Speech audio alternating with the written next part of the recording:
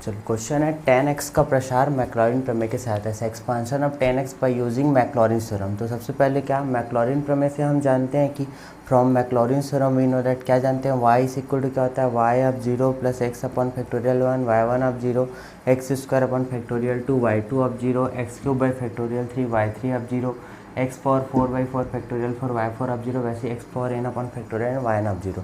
तो सबसे पहले जिसका एक्सपेंशन करना है प्रसार उसको क्या लेंगे y ले लेंगे। तो y इक्वल टू कितना हो गया 10x।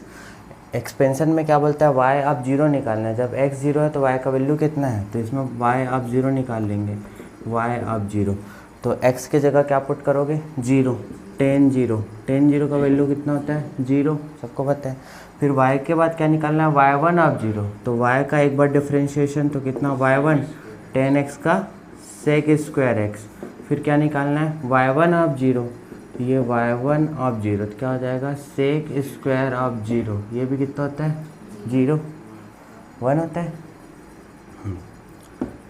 चलो फिर कितना y1 के बाद क्या निकालना है y2 ऑफ 0, है ना। y1 से y2 निकालते हैं, इसका एक बार डिफ्रेंशिएशन करते हैं। सेक स्क्वायर x का डिफ्रेंशिएशन कितना हो जाएगा, पहले तो 2 सेक x हो गया, फिर सेक x का कितना हो गया सेक x इंटू कितना आपका 10x।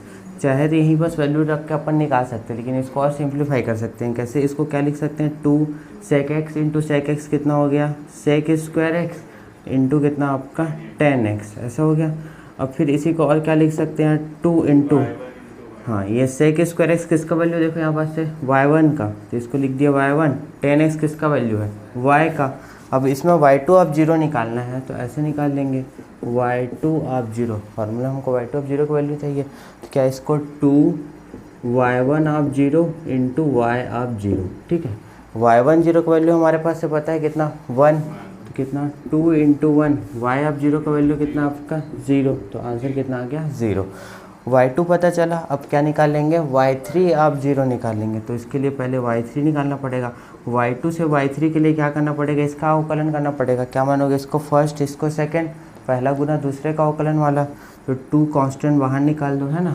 फॉर्मूला क्या होता है पहला गुना दूसरे का अवकलन, फर्स्ट इंटू सेकेंड का y1, और y का कितना हो जाएगा y1 plus second into first का, सेकेंड कौन है यार आपका y, फर्स्ट y1 का अवकलन क्या हो जाएगा y2। अब इसमें अपन क्या निकालना है y3 ऑफ 0 निकालना है। तो y3 ऑफ 0 के लिए क्या करना पड़ेगा, ये y3 ऑफ 0 2 क्या लिख सकते हैं y1 इंटू y1 का कितना हो जाएगा यार आपका स्क्वायर, तो y1 0 ऐसे ही लिख दो, कोई दिक्कत नहीं है। प्लस कितना हो जाएगा y0 इंटू कितना यार आपका y2 0, सबका वैल्यू पता है हमको, पहले से रख देते हैं। 2 y1 0 का वैल्यू कितना है 1 into 1 plus y0 y of 0 का वैल्यू कितना है 0, तो ये कितना हो गया 0। y2 ऑफ 0 का वैल्यू कितना है 0, तो कितना आ गया 2 इंटू 1 कितना आ गया 2। अपने किसका वैल्यू पता चल गया y3 ऑफ 0 का, यहाँ लिखा समझ में आ रहा है y3 ऑफ 0 के बाद क्या निकालना है y4 ऑफ 0। तो यहाँ से y4 निकालना पड़ेगा y4, तो y4 के लिए क्या करेंगे, फिर से ये 2 कांस्टेंट बाहर आ गया। पहले इन दोनों में प्रोडक्ट वाला फॉर्मूला लगेगा, पहला गुना दूसरा वाला, फिर इन दोनों में पहला गुना दूसरा। ये तो खाली y1 स्क्वायर बन गया ना, एक लाइन और सॉल्व करके लिख लो 2 into y1 square plus y into कितना आपका y2, है ना। चलो अब y1 स्क्वायर का अवकलन करेंगे तो कितना आ जाएगा 2y1, फिर y1 का कितना हो गया y2, और फिर इसमें फर्स्ट इंटू सेकेंड वाला फॉर्मूला लगेगा, फर्स्ट इंटू सेकेंड का y2 का कितना हो जाएगा y3 प्लस सेकेंड इंटू कितना आपका फर्स्ट का y का कितना हो जाएगा y1। बेटा समझ में आ रहा है, अच्छा। चलो अब इसमें क्या लगाएंगे यार, फॉर्मूला लगा लेंगे। कौन सा, ये अपने क्या निकालना है y4 ऑफ 0 निकालना है। तो y4 ऑफ 0 निकाल लेते हैं, तो कितना 2,